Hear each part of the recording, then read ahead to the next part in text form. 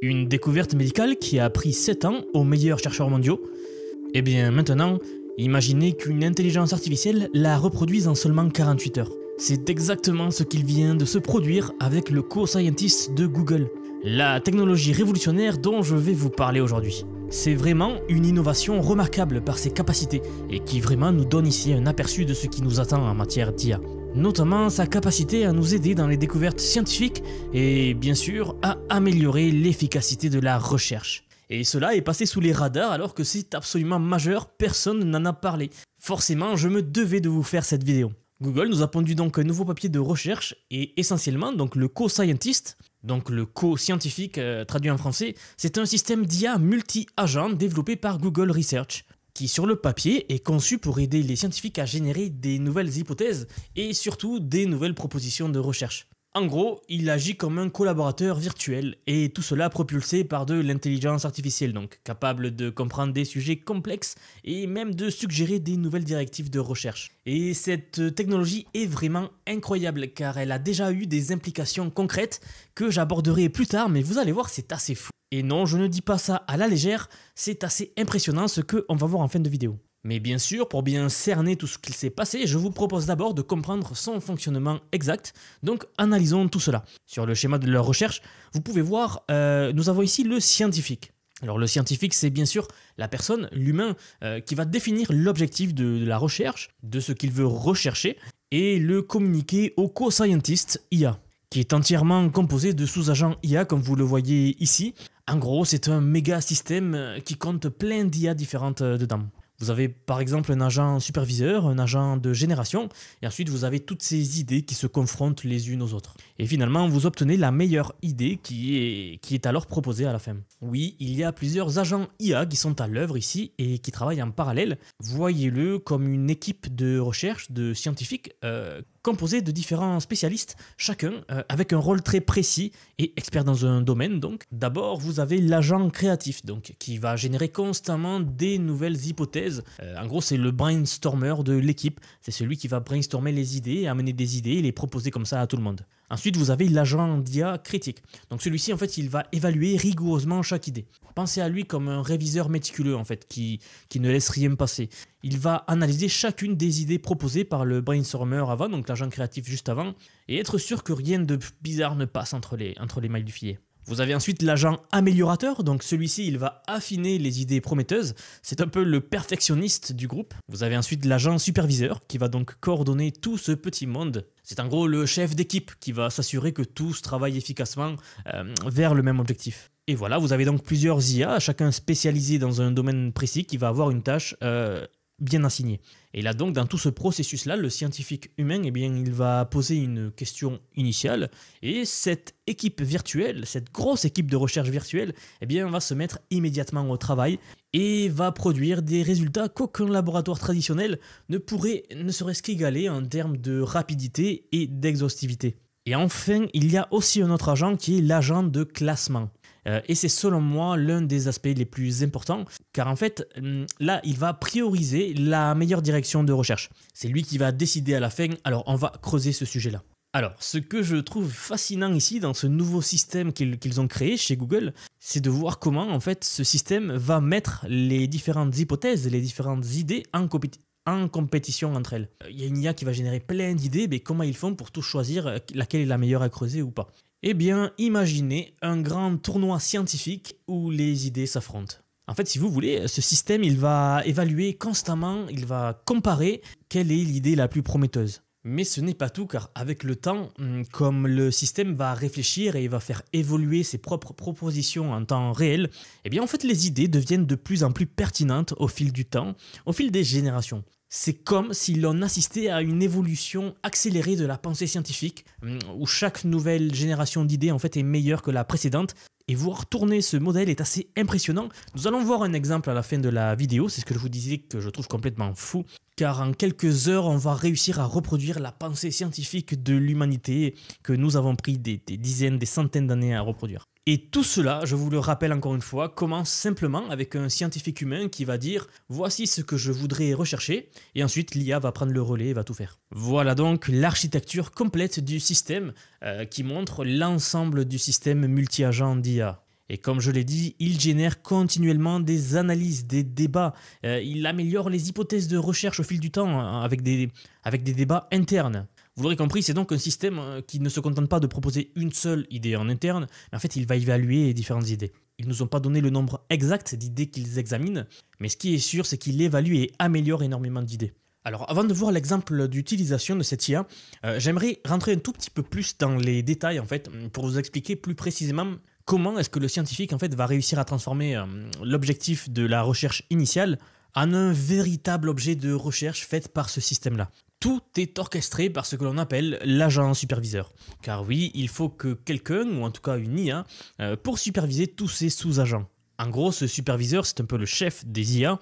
Et bien en fait, c'est lui qui va répartir le travail entre les différents agents spécialisés et qui va distribuer donc les ressources nécessaires à chaque tâche. Un peu comme un chef d'équipe dans un laboratoire, si vous préférez. Il va donc décider où est-ce qu'il faut allouer le plus de ressources ou pas. Et vraiment, l'avantage de cette architecture, eh bien, c'est sa flexibilité. Le système peut ajuster les ressources de calcul, donc la puissance de calcul à chaque étape, en fonction des besoins et des améliorations scientifiques attendues par ce système-là. Sur ce schéma, vous pouvez voir l'agent superviseur donc, qui va distribuer les différentes tâches aux agents travailleurs. Et tout ce système collaboratif aboutit finalement donc à un aperçu de recherche complet avec des hypothèses détaillées et très bien structurées. Et l'un des aspects les plus fous de ce système, c'est que le flux de travail d'agents de recherche, donc le flux de ces agents-là, il va utiliser ce que l'on appelle le calcul en temps réel. Et vous pouvez voir ici qu'ils expliquent tout cela, de comment le co-scientist en fait exploite cette évolutivité-là du calcul en temps réel pour raisonner, évoluer et améliorer ses résultats de façon itérative. Et c'est vraiment incroyable, car en fait nous savons que le paradigme du calcul en temps réel est quelque chose de relativement récent en fait, surtout depuis la sortie de DeepSeek.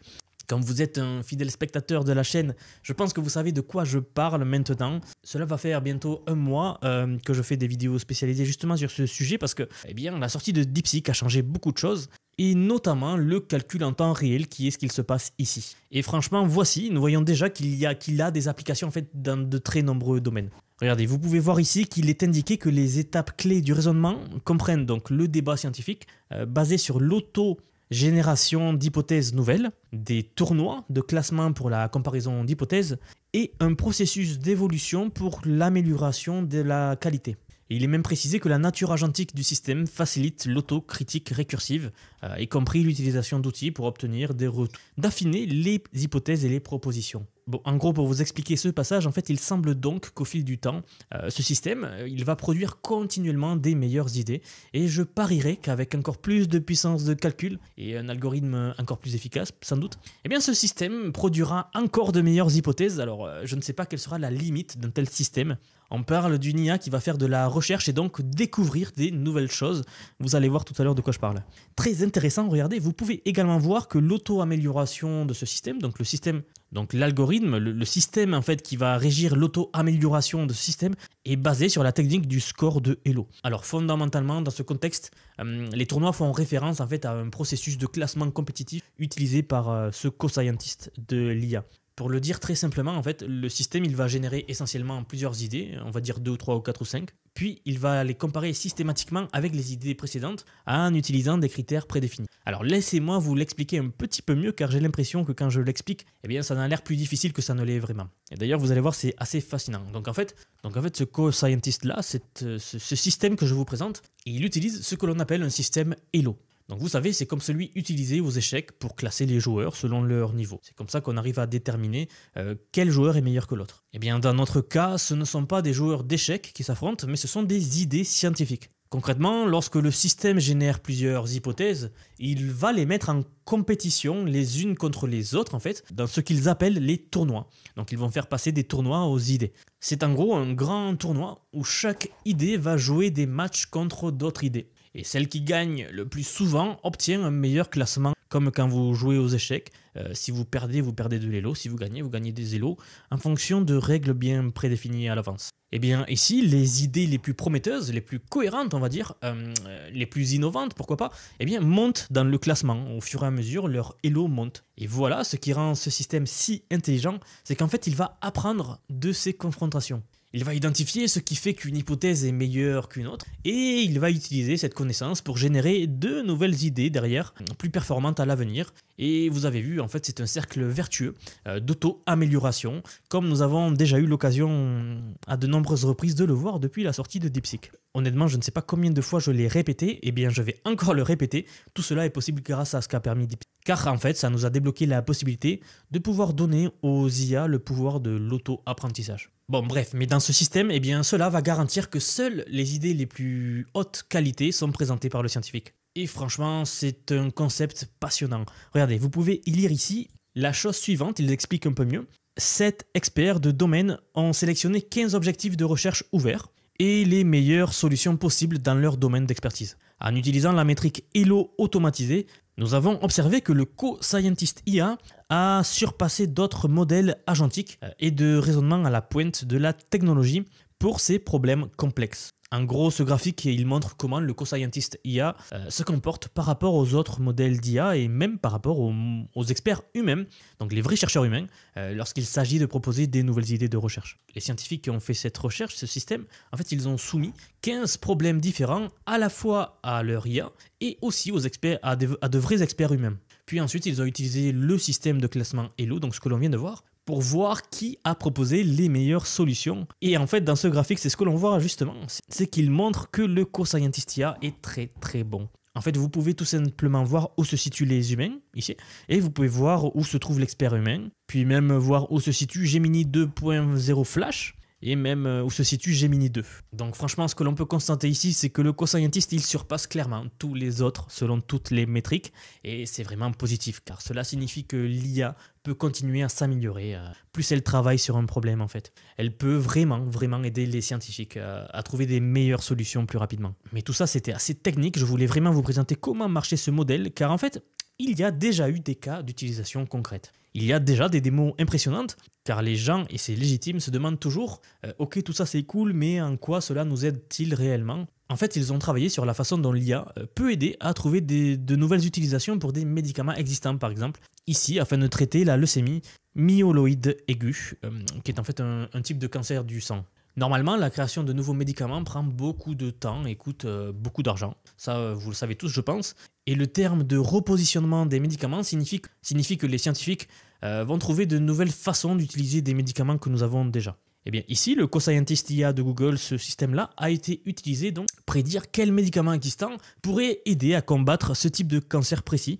Et après avoir donc testé les suggestions de l'IA en laboratoire, eh bien les scientifiques ont découvert que l'un des médicaments appelé Kira 6 était capable, comme vous pouvez le voir ici, de réduire la croissance des cellules cancéreuses à certaines doses. En fait, ce graphique, il montre comment, lorsque la concentration du médicament augmente, eh bien, le nombre de cellules cancéreuses diminue, ce qui signifie qu'il pourrait constituer vraiment un traitement efficace ici. Et ça, c'est important, car cela signifie que l'IA peut essentiellement accélérer la recherche sur le cancer, par exemple. Ici, par exemple, en aidant les médecins à trouver de meilleurs traitements plus rapidement et avec moins d'effets secondaires. C'est donc les cas d'utilisation concrets, l'un des exemples qu'ils ont montré, mais il y en a un autre encore plus fou qu'ils nous ont montré. Mais c'est exactement pour ça que comprendre l'IA aujourd'hui, c'est une nécessité. D'ailleurs, si vous sentez que l'IA avance à une vitesse dingue et que vous ne voulez pas rester sur le carreau, eh bien j'ai quelque chose pour vous.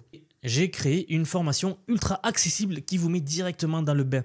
Je vous apprends à utiliser l'IA. Pas de blabla, pas de théorie inutile, c'est pratique, efficace et surtout pas cher. On est déjà plus de 600 dedans et les retours sont assez incroyables. Merci du soutien tout d'abord. Mais franchement, si vous avez toujours voulu comprendre comment utiliser l'IA pour automatiser, créer ou même générer des revenus, ou que vous souhaitiez juste comprendre comment tout fonctionne et rester au jus de l'évolution de cette technologie, peu importe, eh bien c'est le moment, parce que soyons honnêtes, dans quelques mois, ceux qui maîtrisent l'IA domineront ceux qui ne savent pas comment l'utiliser. Vous trouverez tous les liens en commentaire épinglé sous la vidéo, alors ne ratez pas ça, c'est le genre d'opportunité qui n'arrive qu'une seule fois. Alors continuons et regardons maintenant ce graphique qui présente les résultats d'une étude fascinante sur la fibrose du foie. Pour vous expliquer simplement, la fibrose du foie, c'est quand le foie développe trop de tissu cicatriciel, ce qui l'empêche donc de fonctionner correctement. Bien, donc les chercheurs cherchent constamment de nouvelles façons d'arrêter ou de ralentir ce processus-là, mais le problème c'est que c'est un vrai défi de savoir quelle cible thérapeutique privilégier. Dans cette étude, donc, l'équipe de recherche a collaboré avec le co-scientist IA de Google, ce système, pour, ils nous disent, identifier de nouveaux traitements potentiels. Ils ont ensuite testé ces traitements sur des mini-foies créés en laboratoire, ce que l'on appelle des organoïdes. Nous avons déjà eu l'occasion d'en parler sur la chaîne. Et ce que vous voyez sur ce graphique est vraiment parlant. En fait, la ligne bleue pointillée représente le niveau normal, le niveau non traité de la maladie. Et la première barre à gauche montre l'effet d'un inducteur de fibrose. En gros, c'est une substance qui aggrave la cicatrisation. Et vous voyez qu'elle augmente l'activité des fibroblastes, donc bien au-dessus de la normale.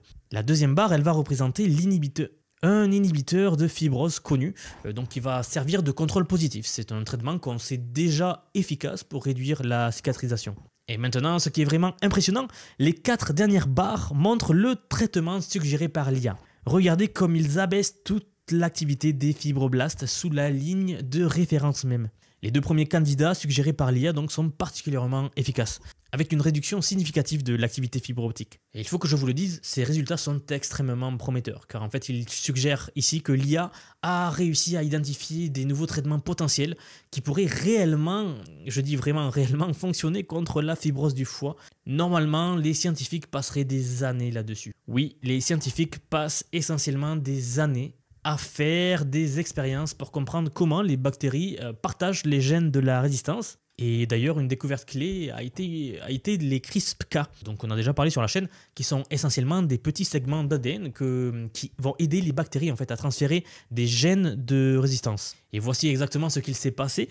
De 2013 à 2025, les humains ont lentement compris cela, comment cela fonctionnait réellement grâce aux expériences en fait. Mais ce qui est fou, c'est qu'en 2024, des chercheurs ont posé la même question aux scientifiques IA de Google, donc cette IA, et en seulement 2 jours, cette IA, eh bien, elle a découvert que justement ces CRISPR interagissent avec ces bactéries. Et franchement, je trouve ça dingue. C'est l'IA qui a égalé des années de recherche humaine en littéralement 2 jours, de façon indépendante, ce qui est absolument fou. Elle a réussi à comprendre ce qui a pris aux humains environ 7 ans, et elle a réussi à le faire toute seule.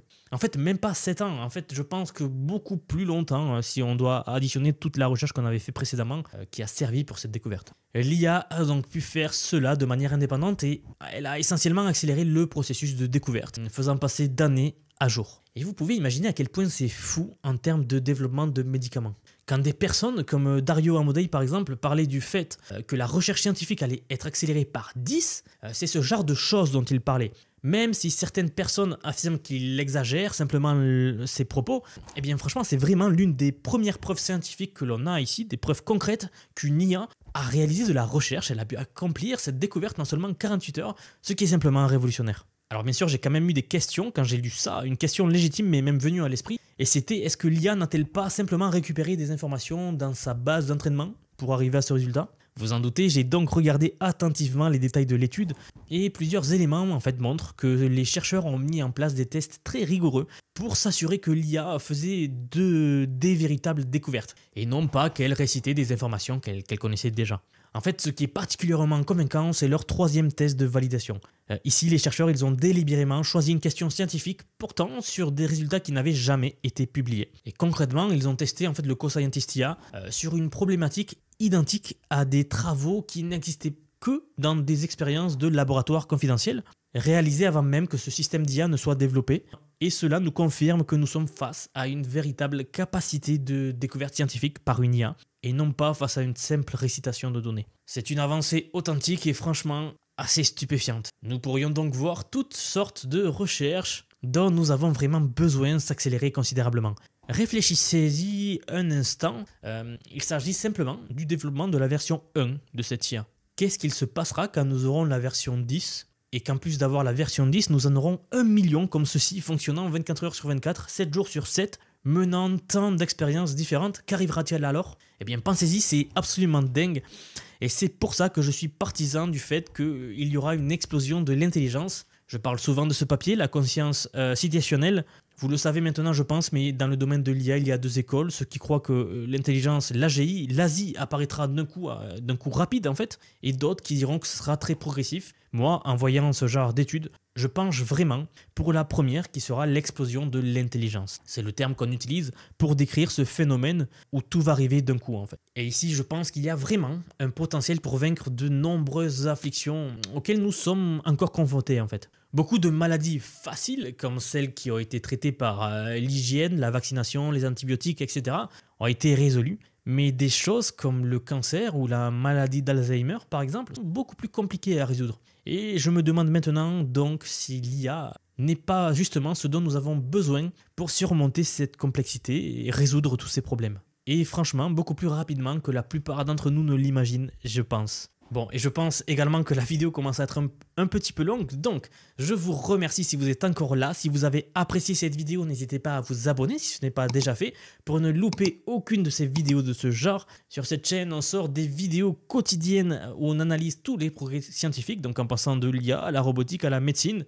Et je vous rappelle également que pour apprendre l'IA, c'est maintenant ou jamais. Vous voyez que l'IA commence à accélérer pas mal, c'est donc maintenant qu'il faut maîtriser les bases. Alors n'hésitez pas à venir faire un tour, je vous apprends l'IA. Vous trouverez tous les liens sous la vidéo en commentaire épinglé. Et c'est tout pour moi aujourd'hui, je vous remercie à nouveau et je vous dis à très vite pour la prochaine vidéo. Si cette analyse vous a intéressé et que vous voulez aller encore plus loin dans la compréhension des enjeux géopolitiques actuels, je vous invite à découvrir ma nouvelle chaîne Vision Actu. Vous y trouverez des analyses approfondies sur ce sujet et bien d'autres qui façonnent notre présent et notre futur. N'oubliez pas de vous abonner aux deux chaînes pour ne rien manquer. À très bientôt pour de nouvelles analyses.